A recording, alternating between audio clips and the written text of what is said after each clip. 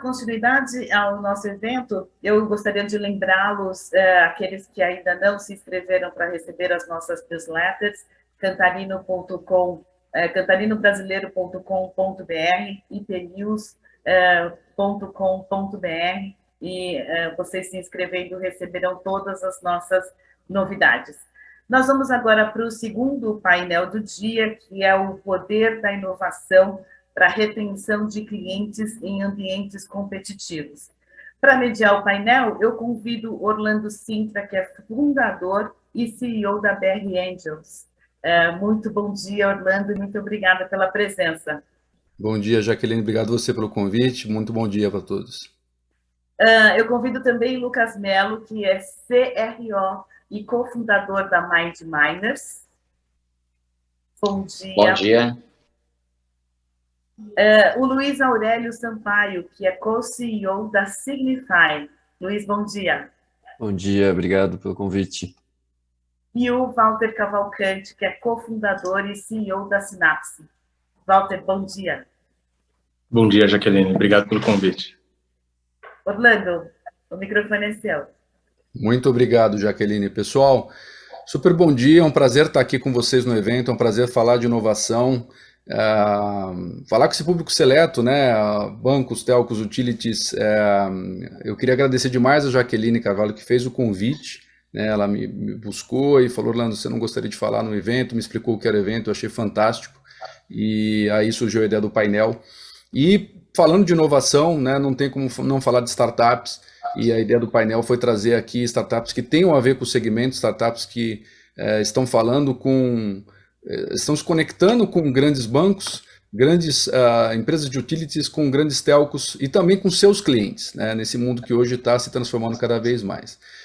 A gente trouxe aqui três feras, pessoas que estão, né, no seu dia a dia super envolvidos com isso, não só com o lado das pessoas, mas com o lado da tecnologia, e também se transformando constantemente, né? Para quem conhece um pouco do mundo startup, sabe que mudar, pivotar, criar coisas novas faz parte do dia a dia nesse mundo tão dinâmico, né, que a gente vive.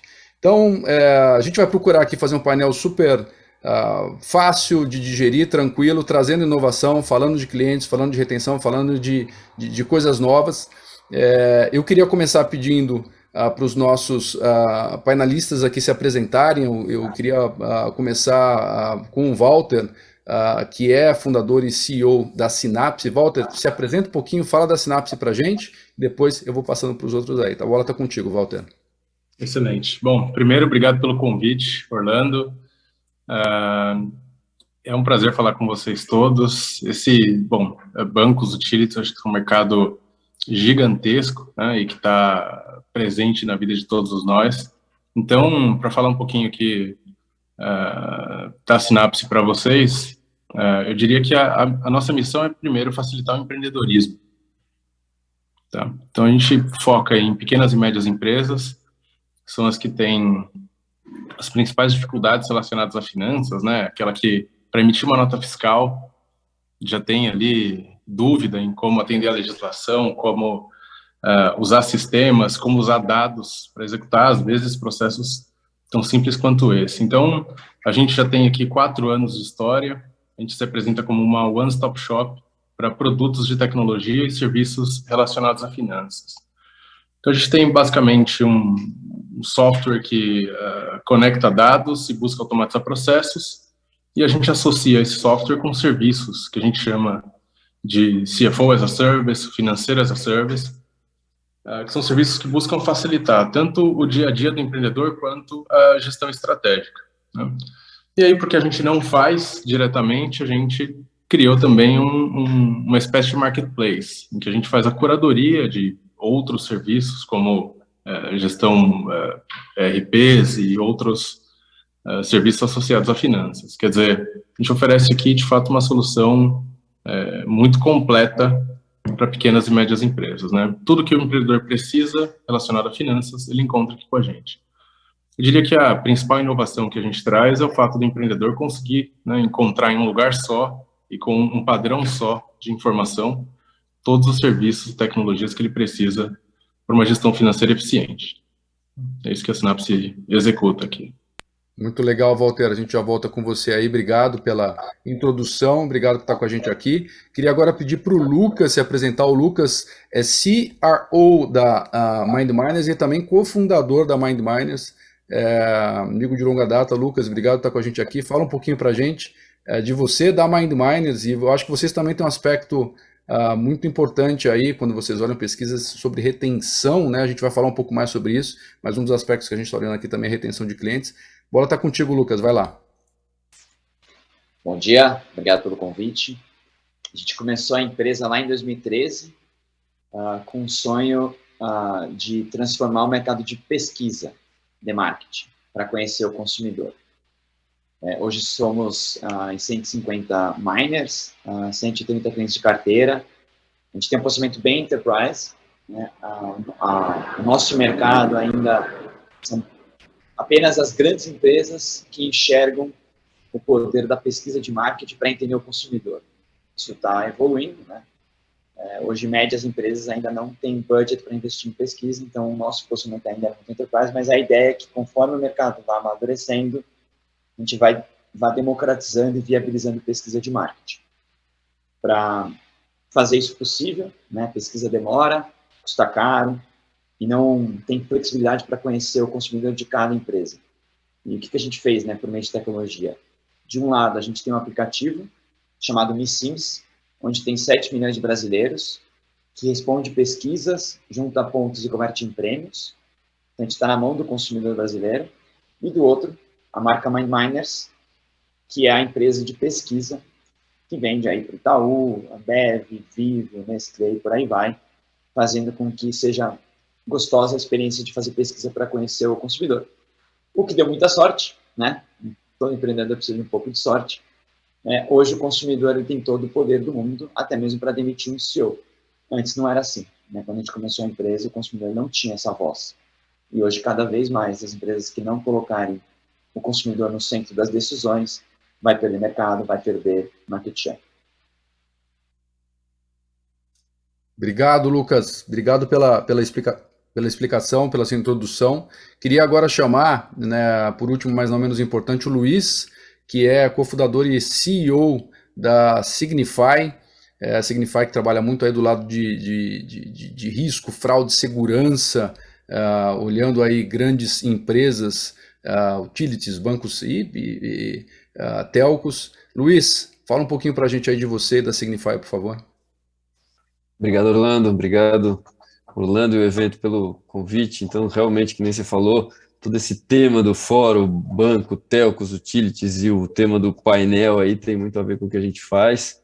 Então, a Signify, na verdade, surgiu com a missão aí de ter informação para 100% da população. Para quê? Para permitir uma justa avaliação de risco para toda e qualquer transação financeira.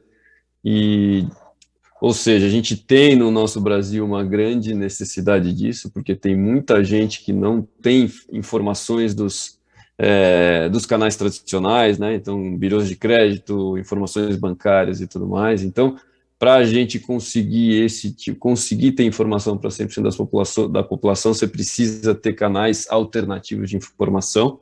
Então, para a gente atingir essa missão, de que forma que a gente faz? São produtos de dados, então, baseado em API, que trazem dados alternativos aos tradicionais dados existentes aí de bancários, birôs de crédito e tal, principalmente dados de telcos, dados de comportamento e de redes sociais e tudo mais, para auxiliar as empresas, principalmente do segmento de serviços financeiros, em ter uma melhor visibilidade nos processos de identidade digital, risco de fraude, risco de crédito. Então, são produtos que a gente tem desde um score de validação de endereço, até um score de número de celular, até um score global aí do onboarding da pessoa num serviço financeiro ou em algum tipo de indústria que necessite uma validação pesada aí de fraude e risco de crédito no momento da entrada do cliente.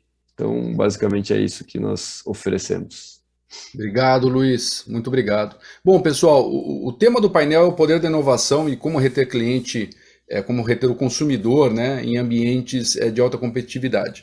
A gente trouxe aqui 3 startups, 3 empresas bem diferentes, né? Apesar de trabalharem relativamente próximas do mesmo setor, bem diferentes. Eu acho que a Synapse ela trabalha muito forte num tema de operação, mas operação estratégica para pequenas e médias empresas. A gente vai falar um pouquinho mais com o Walter sobre isso.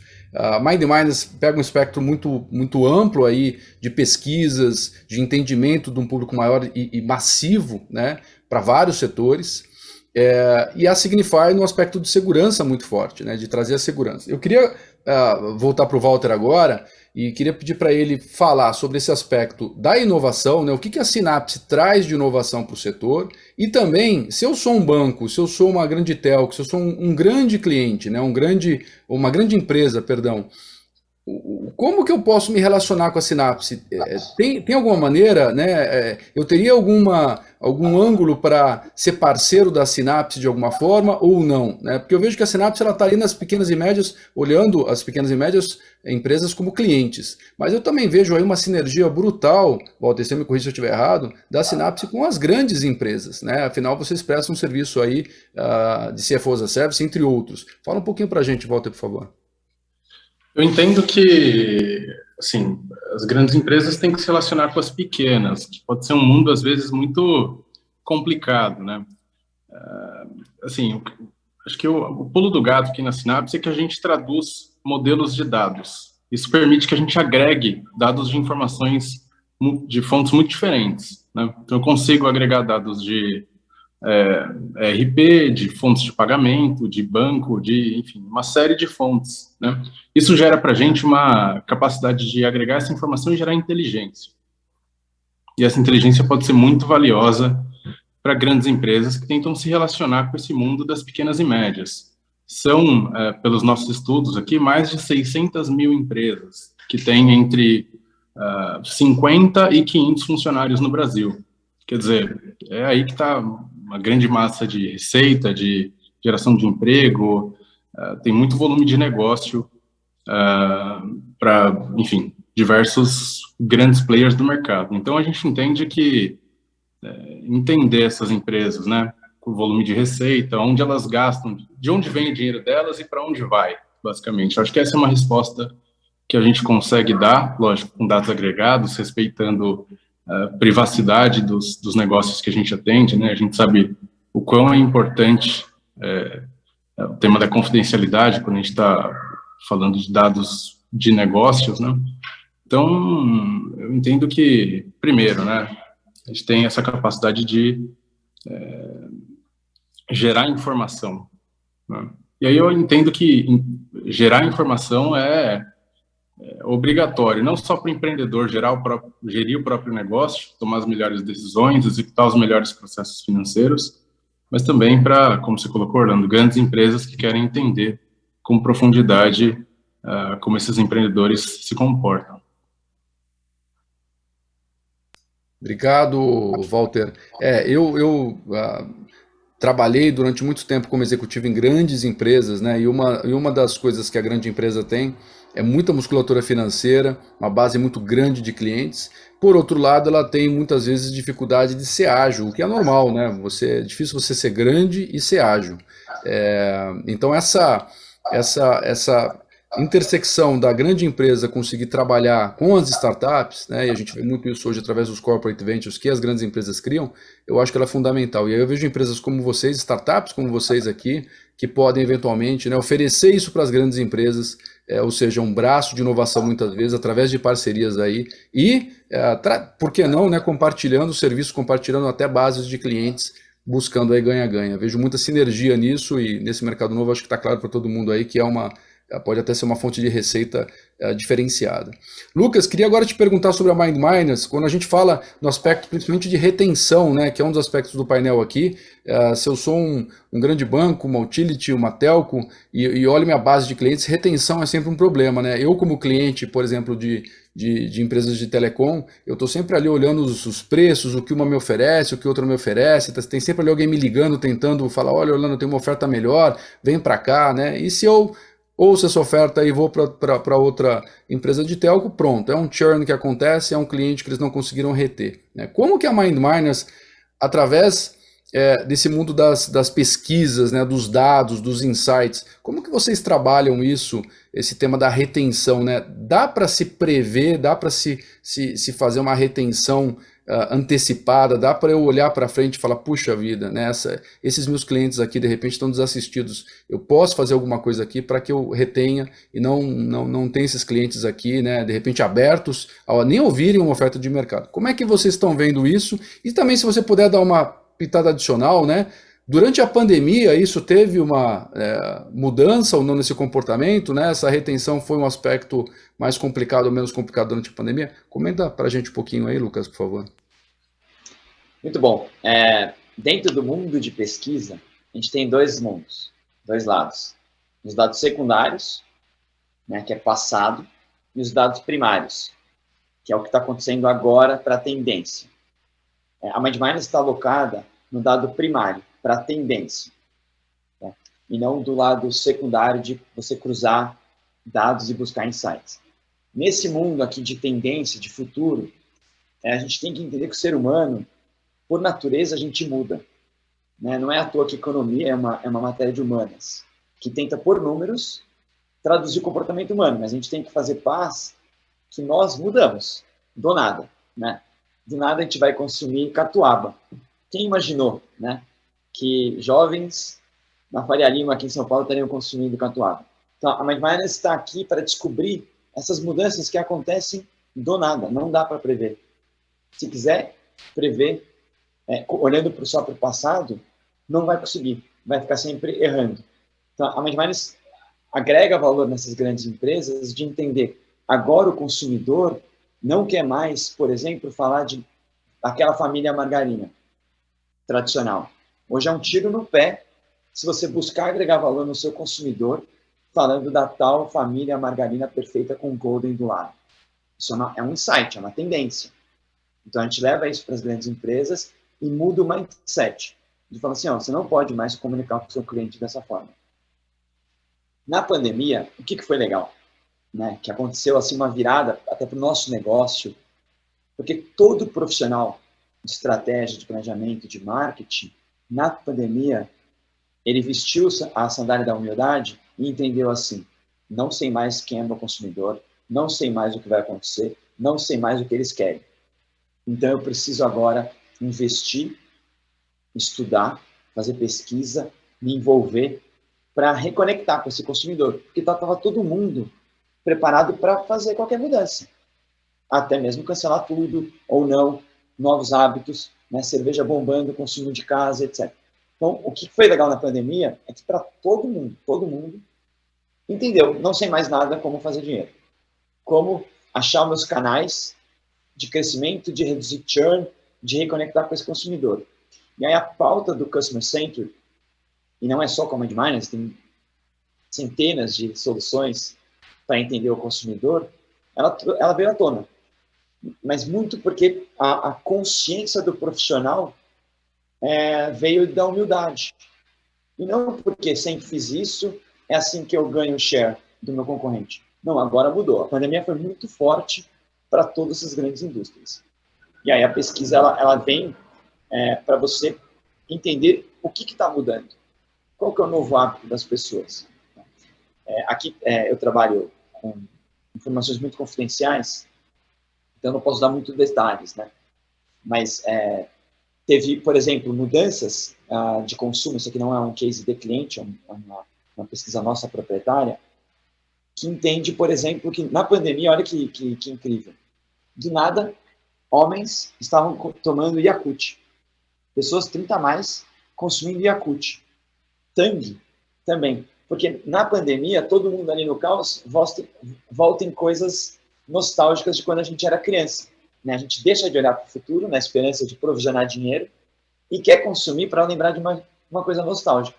Isso é um baita insight que vem da pesquisa que mudou. Né? Quem que na mesa de negócio vai ter esse insight? Não, agora vamos fazer uma parceria com o Yakult para agradar o meu cliente. Não, isso vem de uma pesquisa porque muda. Né? A gente muda como natureza da nossa raça, seres humanos.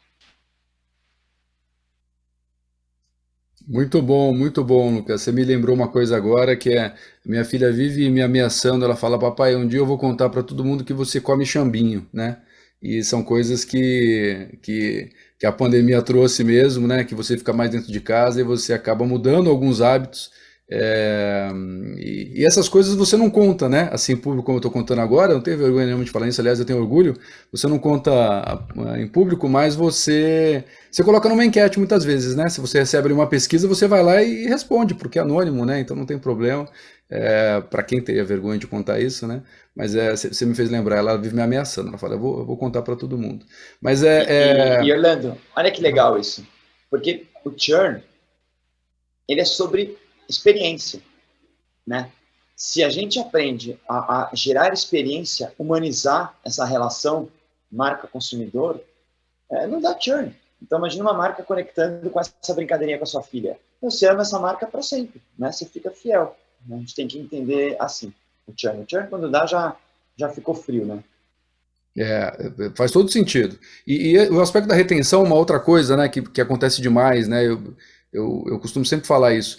Eu dificilmente eu dou um feedback às vezes para alguém que prestou um mau serviço ou tem um mau produto, eu simplesmente deixo de comprar, né? E eu não compro mais, né? Eu muitas vezes nem falo mal, mas nem quero, mas eu simplesmente deixo de comprar. Eu falo, essa loja eu não entro mais, né? Uma loja que muitas vezes te vendeu alguma coisa, né? Ou te prestou um mau serviço ou vendeu um produto e aquilo não funcionou. E aí você recorre e não tem um bom atendimento, né, ou tem uma resposta. Eu vou dar um exemplo. A minha esposa outro dia reclamou de uma joalheria que ela foi trocar uma peça e a joalheria falou: ah, não, a gente não faz isso aqui, né? A gente te indica para alguém um terceiro que vai fazer. Ah, mas vocês não fazem? Não, não. A gente te dá aqui o telefone, o endereço, você faz e aí eles te cobram um valor. E aí tem uma outra joalheria que fala, não, você deixa a peça aqui, a gente resolve. Quanto custa? Nada, né? Isso é da nossa garantia. Olha a diferença, né? Quanto isso custa para a loja e a diferença do atendimento ao cliente. Então, o que eu sempre falo, a minha esposa estava indignada, falou, poxa, mas como lá eles não fazem, outra loja faz? Eu falo, olha, você não fica indignado, você simplesmente não compra mais, né? Agora, como que essa loja que perdeu o cliente, que não compra mais, muitas vezes ela nem descobre que ela não tem mais esse cliente, né? Eu acho que essa é a grande sacada dos negócios. Tem muita gente que não está preocupada com isso. E vocês fazem um trabalho que muitas vezes vocês conseguem descobrir esse cliente antes, né? O que ele vê de diferença, como que eu faço para que esse cliente não pare, não deixe de comprar, não suma, e depois eu fico buscando esse dado. Nossa, mas diminuiu a receita. Da onde veio a receita? Como foi? Esse cliente há 6 meses deixou de comprar, eu nem sei mais onde ele se encontra, né? Bom, queria agora fazer uma pergunta, mudando agora, né, do aspecto das enquetes, olhando também o cliente, o comprador, eu queria trazer um aspecto de segurança, que também é super importante, trazer o Luiz aqui para a mesa, da Signify. Uma outra coisa, né, que sempre nos apavora é o aspecto de segurança, né, ainda mais nos dias de hoje que tudo é eletrônico. A gente só vai lembrar quando uma fraude muitas vezes acontece, né, ou bate a porta. Quem nunca hoje recebeu, né, alguma coisa de WhatsApp, uma mensagem ali estranha. Luiz, como é que vocês avaliam esse aspecto, né? Segurança é inovação, não é inovação, né? É algo que os negócios deveriam olhar e falar, não, estou inovando, estou melhorando a segurança, ou é algo que não é inovação, tem que estar lá, né? Todo mundo tem que fazer. E como é que você vê isso nesse mundo, que eu entendo como até mais crítico, né, de bancos, telcos e utilities? Conta pra gente um pouquinho, Luiz, por favor. Legal, com certeza é inovação. Então, acho que essa aceleração da digitalização, que acho que já vem acontecendo há vários anos e que todo mundo já vem falando que a pandemia acelerou muito, a inovação para garantir segurança, ela tem que ser cada vez mais rápida. Então, assim, você tem que agilizar a inovação dentro da segurança. Então, assim, pontos que são assim, super suscetíveis à falha de segurança. Então, onboard, um cadastro de um cliente, a própria transação financeira, pela troca de aparelho. Então, você trocou o seu aparelho celular por um outro, é um momento super suscetível a problema de segurança. Integração entre canais, os omnichannels da vida. Então, são pontos aí que a gente, hoje em dia, com essa digitalização, a gente está sempre em contato com eles a todo momento. E aí, a fraude cadastral, ela se tornou alguma coisa muito fácil hoje em dia. Então, assim, tem vazamento de dados, as pessoas conseguem ter acesso a dados de outro, não sei o que, ela consegue se passar por outro cadastralmente de forma muito fácil. E daí, para garantir a segurança, a gente precisa trazer inovação com entendimento de comportamento do usuário. E aí, entendimento de comportamento do usuário, você tem que entrar em algumas informações diferentes. Assim, informação de telco é uma coisa muito importante para isso. Então, a gente passa o dia inteiro com esse aparelho na mão, todas as pessoas consomem, assim, tem mais celular do que gente no país, então, assim, está todo mundo consumindo, você consegue trazer um entendimento de comportamento, por exemplo, via dados de telco, e isso você consegue ajudar muito nas tomadas de decisão de fraude e risco. E o que isso acho que tem a ver com a retenção de cliente? Eu acho que está 100% ligado, porque a retenção está ligado à experiência do cliente, é o que a gente vem falando aqui, né? Então, e o cliente se sentir seguro e ter uma boa experiência é condição fundamental. Então, então você tem, as empresas ficam num jogo de garantir segurança, mas sem tanta fricção para o cliente. Então, assim, essas duas coisas, se você garante 100% da segurança, você vai ter muita fricção. Se você tira a fricção, você vai tirando um pouco do lado da segurança. E esse balanceamento, ele tem muita inovação envolvida. Então, assim, se você cria uma conta falsa no seu nome, qual a sua visão, aí indo na linha do Lucas, qual a sua visão em relação à empresa? Vai ser muito ruim. Tem vazamento de dados, tem transação falsa no seu nome. Então, todo esse tipo de coisa garante estar 100% ligado com a retenção do cliente, experiência do cliente e tudo mais. Então, a segurança hoje, ela está em todo lugar, principalmente com essas transações digitais que a gente vem fazendo. Assim, óbvio que o mundo de serviços financeiros, bancos, fintechs, serviços financeiros em geral, são os mais suscetíveis, os mais que têm maior necessidade desse tipo de serviço, mas hoje a gente tem um monte de outros serviços aí que nos conectam com um monte de coisa que tem a necessidade de segurança, principalmente na história de vazamento de dados, né? Então, assim, o vazamento de dados, que todas as empresas têm aí os nossos dados cadastrais, a história do vazamento de dados, ele é super relevante e está ajudando os fraudadores no trabalho deles. Então, eu acho que está 100% ligado e a gente vem oferecendo esses produtos com dados alternativos para melhor entendimento do comportamento do cidadão, para melhor ajudar a discriminar o bom do mau cliente de maneira com menor fricção possível para os clientes. Muito bom, muito obrigado, Luiz. E pessoal, a todos que estão assistindo aqui a gente, se quem tiver dúvidas pode mandar aí através do seu chat que a gente encaminha aqui. Eu queria a gente tem mais aí uns 15 minutos, eu queria fazer uma pergunta agora para todos vocês aqui, Walter, Lucas e Luiz. Vocês acham que o nível de investimento das grandes empresas em inovação, no geral, da forma como vocês avaliam, ele é satisfatório, né? Alguns de vocês aqui prestam serviços também, têm produtos, serviços para as grandes empresas, né? Vocês são consultados, né, enquanto startups, por essas grandes empresas ou não? Obviamente, grandes empresas contratam grandes players de mercado, isso é super comum, até porque tem vários requisitos que muitas vezes os grandes players precisam ter, a escala global, etc. Mas vocês recebem essas consultas, e como é que é essa coisa do investimento, né? E aí eu trago de novo, né, a gente teve um grande chacoalhão no mundo relacionado à pandemia, e depois, né, a guerra aí que a gente deve se arrastando. Vocês viram aí uma mudança de comportamento, investimento em tecnologia nesse período? Vocês acham que isso vem para uma retomada agora? De fato, está tudo baixando, né, por conta de recessão? Qual que é a análise que vocês fazem aí? Fala um pouquinho do ponto de vista de investimento de dinheiro em inovação, né, em tecnologia. Podemos começar pelo Lucas? Pode ser, Lucas? Claro. Nem existia a área de inovação, de investimento como a gente tem hoje, né? Eu lembro, olha como é rápido, né? Eu sou jovem, a empresa tem 9 anos. Em 9 anos atrás, a área de inovação era aquela de pesquisa e desenvolvimento. Tinha um centro dentro das grandes estruturas para fazer inovação in-house, né? Então, não existia essa verba que hoje existe, que é a maior verba, né, de tecnologia. Então, isso nasceu. E é o caminho. Né? Como você bem colocou, Orlando, essas grandes empresas têm um caixa forte, EBITDA, dificuldade de ser ágil, e elas precisam de parceiros para trazer essa experiência, essa agilidade. Então, isso nasceu, isso é muito positivo. Né?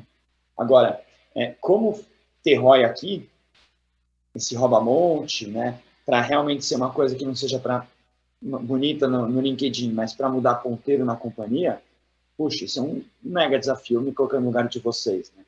Aqui da MindMiners, eu fico feliz que tem esse budget, que nasceu muito para conhecer o consumidor, é onde eu estou, né? Se você está inovando e não sabe para onde vai o consumidor, né, o volante, para operar a máquina, fica prejudicado. Mas eu fico imaginando a dificuldade de você calcular ROI aqui para realmente mudar ponteiro. Né? Por exemplo, dentro de uma Nestlé, que é nosso cliente muito próximo, né? A Nestlé é nosso cliente que foi o nosso padrinho, vou colocar assim, pegou na mão. É uma máquina de leite ninho, né? O carro-chefe ali é o leite ninho. Como é que faz inovação para mexer ponteiro do que dá dinheiro na companhia a médio prazo? E não simplesmente inovação por inovação, né? Para ficar mais bonita na foto. Então, esse é o desafio que eu, como pesquisa e conversando com marketing, com as grandes lideranças, a gente tem discutido. Porque eu vejo que alguns erros foram feitos, e aí volta aquele lado mais cético. Ah, não, isso aí não mexe ponteiro. Eu estou aqui para bater minha meta e não quero mais olhar. E é perigoso, a gente não. A gente tem que entender que é desafiador para não fechar as portas, né? Porque nasceu, isso é positivo, não tinha esse dinheiro.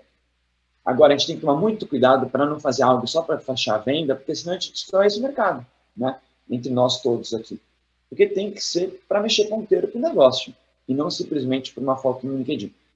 Então, resumindo, Orlando, nasceu o dinheiro, tem dinheiro, mas tem que tomar muito cuidado, porque se a gente não olhar a ROI e fazer só por inovação, ele vai perder força e aí vai ser ruim para todo mundo. Né? Pior. Muito, muito bom, Lucas.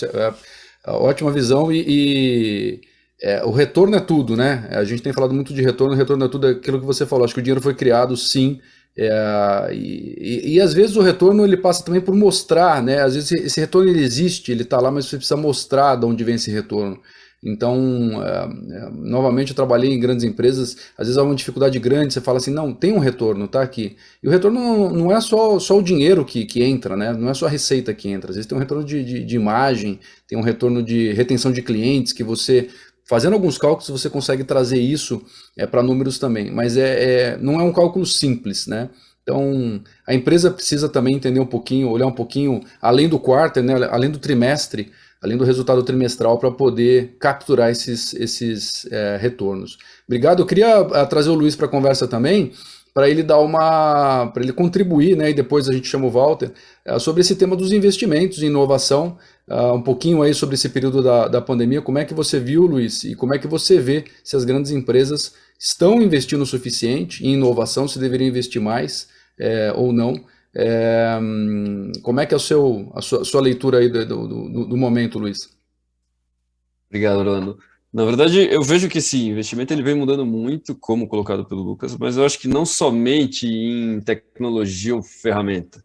Eu acho que até mais importante, é o investimento em cultura para dentro da empresa orientada à inovação. Então, eu acho que, no fundo, a minha visão é que essa história de transformação digital e de inovação e tudo mais, ela é mais cultural do que tecnológica. Então, principalmente dentro das grandes empresas que fazem a diferença aí no ecossistema econômico financeiro. Então, isso eu acho muito importante, é implantar um pouco da cultura de startup dentro das grandes empresas. Então, eu acho que esse, para mim, é o maior investimento e mais importante que vem sendo feito dentro das empresas. Aí, com essa cultura, sim, as empresas vêm buscando estar mais próximos das startups, assim, tanto de uma forma tradicional, busca de fornecedor, então assim, a gente é acessado como fornecedor pelas empresas em busca de uma inovação e tal, mas quanto também na forma aí mais estruturada do ecossistema de startup. Então, com suporte de áreas de inovação, com os corporate venture capitals que você mencionou. Então, eu acho que daí tem esses dois lados. Os próprios usuários, com a transformação cultural, estão buscando as startups, e as empresas estão estruturando áreas de negócios específicas, de inovação, de corporate venture capital e tal, para tornar a conexão com as startups de uma forma mais fluida. Então, eles facilitam um pouco. Puta, se você vai entrar numa área de compras, uma mega estrutura, uma empresa startup, às vezes é muito complexo, seja a negociação, seja todos os pré-requisitos necessários em termos de corporação para você entrar lá. Então, eles estão facilitando, as empresas estão olhando para isso e estão facilitando, sim, o relacionamento com as startups.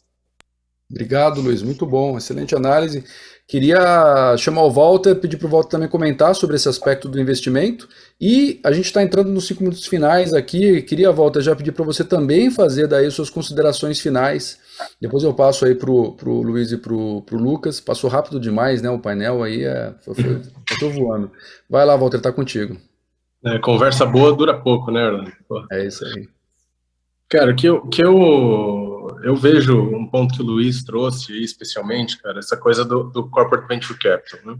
Eu entendo que muitas empresas grandes estão, vamos dizer, sentindo o calor de startups que estão disruptando seus mercados, né? Então não dá mais para ignorar, por exemplo, um Nubank da vida, né? Tem lá dezenas de milhões de clientes.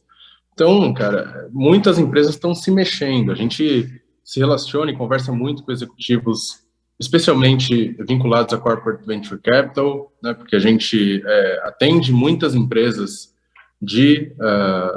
investidas por grandes grupos, como o Pão de Açúcar tem algumas investidas, a Hidrogasil tem investidas, que são clientes aqui da Synapse, e a gente percebe que, bom, o tema está na mesa, e isso já é uma grande evolução, né? É lógico, você comentou um pouco esse contexto mais desafiador com inflação no mundo, taxas de juros subindo, guerra, etc., né? Crise de supply chain. Eu entendo que tem um pouco de volta para o core business. E é natural que esse investimento perca um pouco de, vamos dizer, velocidade ou prioridade, uma vez que você tem que proteger o negócio principal. Mas eu enxergo muitos executivos preocupados com a manutenção do próprio negócio no longo prazo, né? E sentindo aí, vamos dizer, esse vento de mudança que é imparável. Então, o que a gente enxerga aqui é um movimento muito positivo, né? Mesmo num cenário desafiador, a gente enxerga que o investimento não para de crescer, embora a gente acredita que esse seja o único caminho, né? Então não tem muito mais como ignorar a evolução do ecossistema. E aí, enfim, eu acho que, mais uma vez, a gente entende que a preocupação principal, aí para fechar, Orlando, a preocupação principal, tanto para prestar uma boa experiência, quanto para entender o cliente, é relacionada a dados. Então, eu acho que essa é a palavra que vai definir aí como as empresas vão se relacionar com seus consumidores nos próximos anos. Então, é entender o consumidor com base em dados. E aí eu acho que tanto Signify quanto MindMiner estão nessa pegada, a gente aqui também. E talvez a inovação tenha que andar muito por aí, né?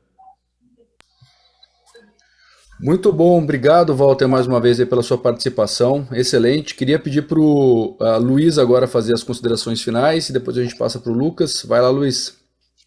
Obrigado, Orlando. Bom, começando aí do tema global aí, bancos, telcos, utilities, passando pelo esse poder da inovação para reter consumidor, eu acho que muito difícil hoje não ser a inovação o canal necessário para reter o consumidor. Então, acho que é por aí. E nessa briga de serviços financeiros em que a concorrência está monstruosa, a inovação tem que aparecer para você conseguir ter melhor experiência, melhor segurança e tudo mais. Então, eu acho que realmente esse tema é fundamental. Então, agradeço mais uma vez a oportunidade de participar. Foi muito legal a conversa. Obrigado. Obrigado você, Luiz. Obrigado mesmo. Lucas, considerações finais, por favor. Muito obrigado pelo convite. É um tema que nos move, né? Você trabalha aqui bem nessa frente. é muito interessante, assim, são 9 anos de empresa, e obrigado, assim, para os grandes executivos do mercado que abriram a pauta para isso, e abriram mesmo, né? Nessa grande máquina que são essas empresas, como é que você mexe política, né, como o Luiz bem colocou, como é que você mexe a política, a cultura, para mover o risco? Porque inovação é sobre testar, é sobre errar, é sobre voltar, né? Como é que faz isso em grandes empresas? Eu não faço ideia, eu trabalhei em banco e fundei empresa, sabe? Me colocar no lugar de vocês, nossa, eu desistiria. E não, eu vejo grandes executivos buscando errar, buscando testar, fazer diferente, a humildade está sendo bem rico os nossos aprendizados.